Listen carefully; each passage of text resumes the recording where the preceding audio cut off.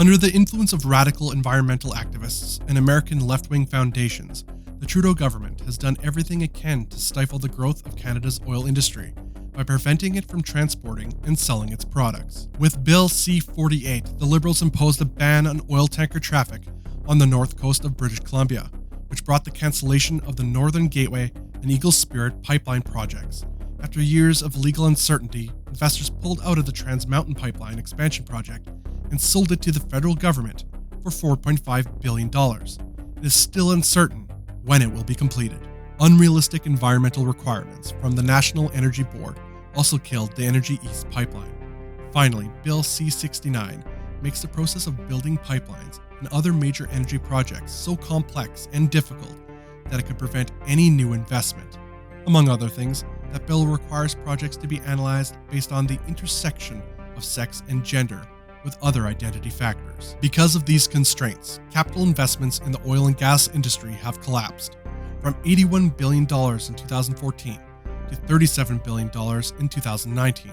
Our overdependence on the American market for exports also costs the Canadian economy billions of dollars in foregone revenues every year.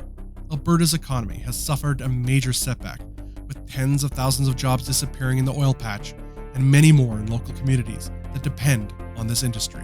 Researcher Vivian Krause has spent years documenting a well-organized campaign to landlock Canada's oil, funded by American foundations such as the Rockefeller Brothers Fund and the Tides Foundation.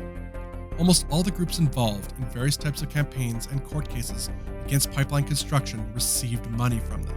Despite the emergence of alternative sources of energy, global demand for oil is expected to keep rising for several decades. Canada has the third largest oil reserves in the world and is well placed to answer this demand.